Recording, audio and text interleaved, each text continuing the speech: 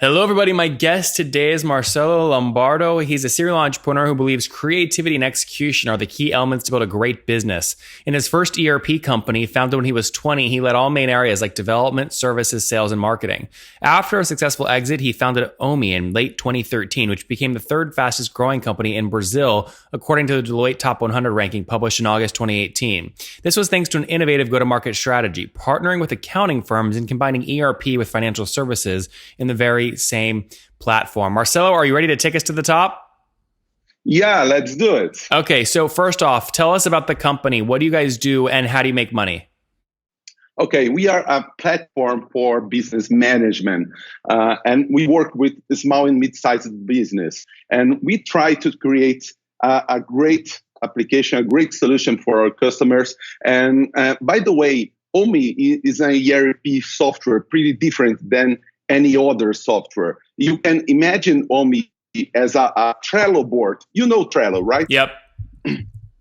Okay, and they trigger business processes when you drag a card from one lane to another. So the business owner can see his business in his front, the operation side of the business. And we are combining the ERP solution with a vibrant marketplace for third-party solutions for point of sales and every kind of special solution, and also financial services. Okay, and Marcelo, is the platform is it a pure play SaaS model?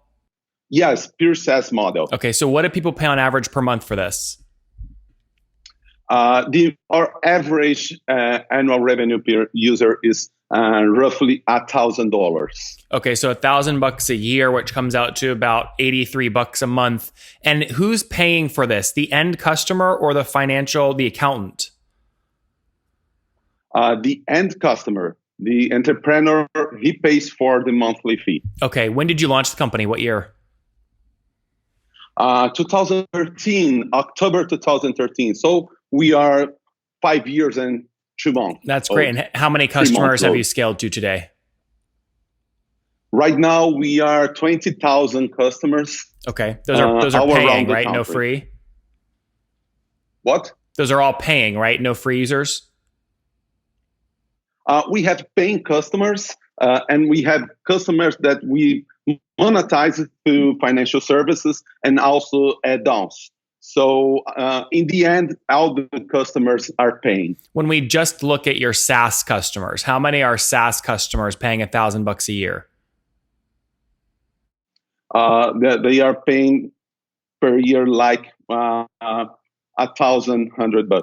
No. $1,100. My question was, of your 20,000 customers, how many of them are only software customers, SaaS customers?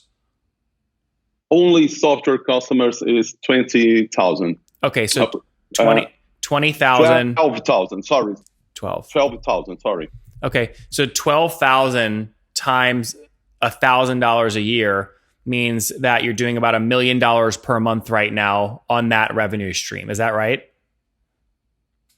That's precisely right. That's great. And you talked about growth in the introduction. So if you're doing $1 million a month today, what were you doing a year ago in January 2018? Well, January 2018, we were about $6 million per year. And right now we are $10 million. And our plan is to double the company in 2019. Okay. So a year ago, you were doing $500,000 a month. Now you're doing it sounds like a little less than $1 million per month. And you doubled. Yes. How did you double? Talk to me how you're getting new customers. Okay. Our main strategy is to partner with accounting firms. So they refer us to to their clients, and we sell to the end user. By the way, this is very, very important. We don't allow the accountant to sell the software because he simply doesn't know. After we took this service for our side, we make the sell, we show what's the benefit for the end user, then our churn rates went pretty low. But if you allow the accountants to license the software and give to their clients, your churn rates go very high. And that's how we work. We work using both inside sales and sales channel to activate the accountant's clients. Why are the accountants letting you do this? You must incentivize them somehow. Yeah, they do it because we integrate all the tax and financial information with the software they use inside their accounting business. So we reduce from 70 to 80% of the work. I mean, they are up to 80% more efficient when attending their clients. I see. Very good. And how many accounting firms are you partnered with today? Right now, about 10,000. Oh, 10,000 accounting firms.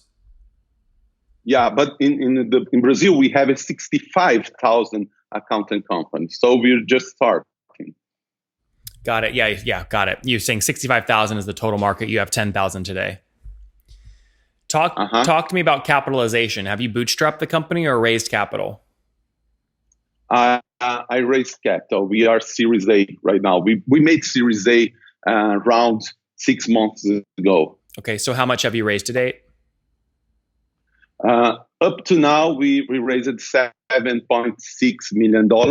The Series A was $6.8 million.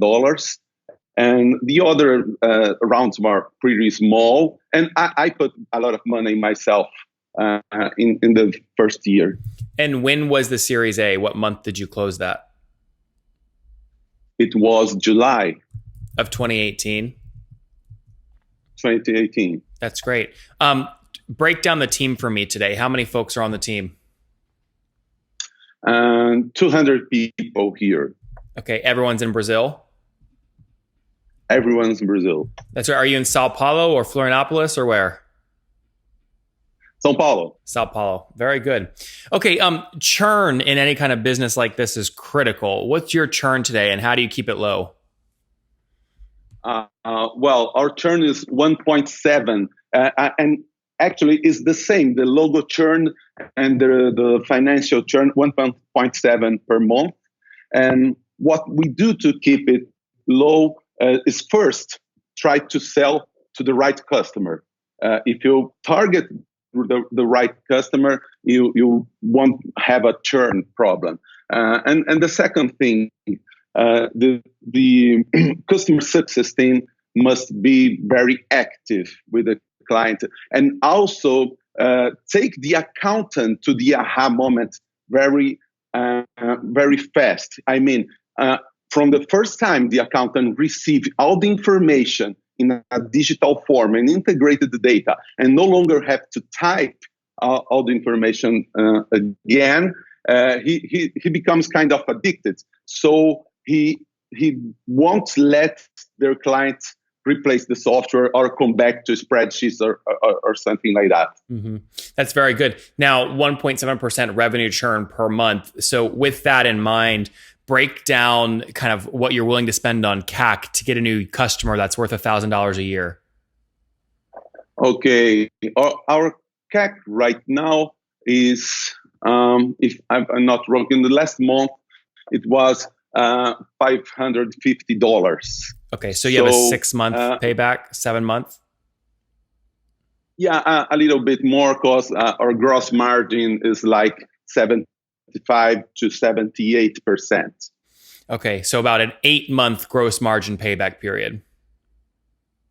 Yes, in the end, our lifetime value divided by the client acquisition cost is roughly 7. Okay, so that if you're spending $550 on acquisition, you're saying lifetime value is about $3,800, almost $4,000. Exactly, $4,000. Okay, that's helpful to understand. Now, at this price point, Marcelo, do you have meaningful expansion revenue on accounts from year 1 to year 2, or no? Yes, we were able to increase our price every year, about 10 or 20% every year. We are raising our price, and this is not affecting sales at all. So we are every time trying to figure out another ways to increase our monthly revenue. And I think that financial services will be the key during 2019 and 2020 to to leverage the average ticket. Yeah. So, I mean, just to be clear, if your average ticket right now is 1,000 per year and you increase that by about 10 to 20% every year. So next year, let's say that goes up to maybe $1,200 a month or $1,200 a year. What you're saying is the majority of your 12,000 SaaS customers will go ahead and pay for that price increase. So you're going to get an additional, what is that, $40,000 a month in revenue just from your price increase. No, this is not what I'm saying. I mean, the new clients will pay the new price. The old clients will keep with the old price. I see. Okay, so my question is, on historical accounts, do you have any way to drive expansion revenue? On historical, yes, because we don't charge per user. We charge. This is pretty different. We charge by tax classification that the client is in our tax system here in Brazil. So once the client grows, he changes the taxation level, and then the monthly recurring revenue rises when it happens. Yep. Nope. That makes good sense. What is the funding situation like in Brazil? You just raised $6.8 million. Did you raise in Brazil or did you come to the US? I raised in Brazil with two main investors. Our first investor was Astella Investments here from, it's a small fund here from São Paulo, but they are just great. And we also have Spectra Investments, but it's another local fund. Yep. Now, I assume you guys are now deploying that capital. Are you guys profitable or burning cash today? Right now, we are burning cash. We are burning like 300,000 per month, but we were break even 6 months ago. After the Series A, okay, let's just start burning, guys. Yeah. What, out of curiosity, and you can give a range here, when you raised the $6.8 million on the Series A, what pre-money valuation did you raise at? Oh, sorry, I can't say that. That's okay. Was it north of, call it 50 million? I'm sorry, Nathan. This is I can't disclose. The real question I'm trying to get at is, what are the valuations that investors are comfortable paying for right now in Brazil? Is it 1x ARR, 10x, 5x? Well, right now they are comfortable paying 3x, but we can get more than that. Okay, so 3x on 10 million ARR would be 30 million pre-money. You kind of just coyly said you guys kind of did north of 3x in terms of valuation. Yeah, for sure. That's great. How long will this money last you? Up to the end of this year. Yep. Good. But we will be break even again. That's good. That's a good way to do it, Marcelo. All right, let's wrap up with the famous five. Number one, what's your favorite business book? Pitch Anything from Oren Clapp. Number two, is there a CEO you're following or studying? Well, I'm studying the new Microsoft CEO. Satya Nadella? He's a peacetime CEO. Yeah, peacetime. He looks like a peacetime CEO. I'm more likely a wartime CEO, and I'm trying to learn some peacetime techniques from him. Number three, what's your favorite online tool for building your company? My favorite? Online tool for building the company.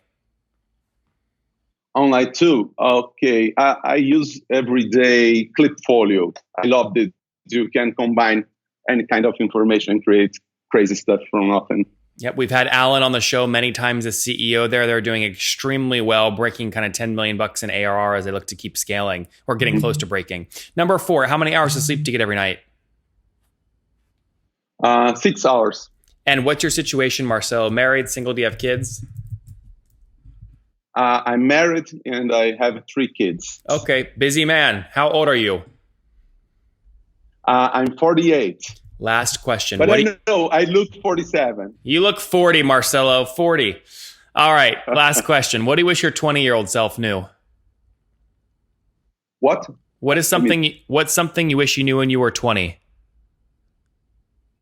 Well, I should know that everything takes more time and costs more money than you expect. I'm an entrepreneur since I was 20, so guys, everything takes this is a good longer. lesson. Everything takes longer and costs more. Coming from Marcelo, launched Omie back in 2013. Today, over $1 million a month in revenue from 12,000 businesses, paying him about $1,000 per year. He got access to all those companies by partnering with accounting firms. Over 10,000 accounting firm partners today, selling their software back through to the small businesses.